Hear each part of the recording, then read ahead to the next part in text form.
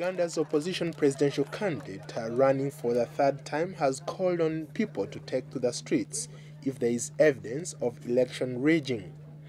Today's presidential elections in Uganda are widely expected to hand President Yoweri Museveni a fourth term in office against his opponent, opposition frontrunner Dr. Kizza Besigye. General Museveni, who has ruled the East African country for over 2 decades, is running for the first time as the candidate of the ruling National Resistance Movement, NRM, seeking a continuation of his 25-year rule. General Museveni took power in 1986 and changed the constitution in 2005 to end presidential term limits. Besigye has twice failed to beat Museveni at the ballot. He wants street protest if the poll is deemed rigged and plans to release his own tally of results along the official vote count. Shortly after casting his vote, Besigye said East Africa's third-largest economy is ripe for an Egypt-style uprising amid mounting frustration. If the Electoral Commission eventually announces something different, or if there is massive fraud from incidents like those I have described, then we shall be advising the country that this is not an election, and letting the citizens decide what next to do. Because this time we are not going back to the courts. Our people are the courts.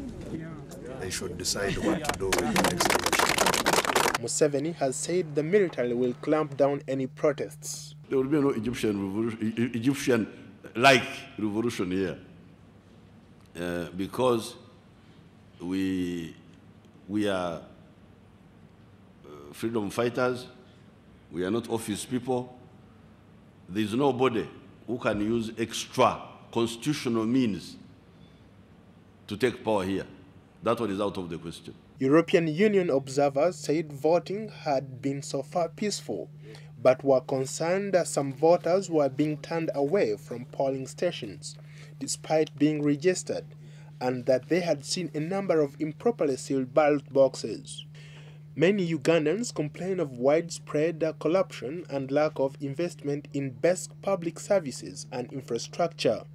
But others respect Museveni for bringing stability to the country once plagued by brutal regimes. The vote winner will be tasked with charting Uganda's emergency as top 50 oil producer and managing the resulting petrodollars and foreign investor interest. President Museveni defeated Besigye in 2001 and in 2006 elections that the Supreme Court ruled were marred by accusations of widespread fraud.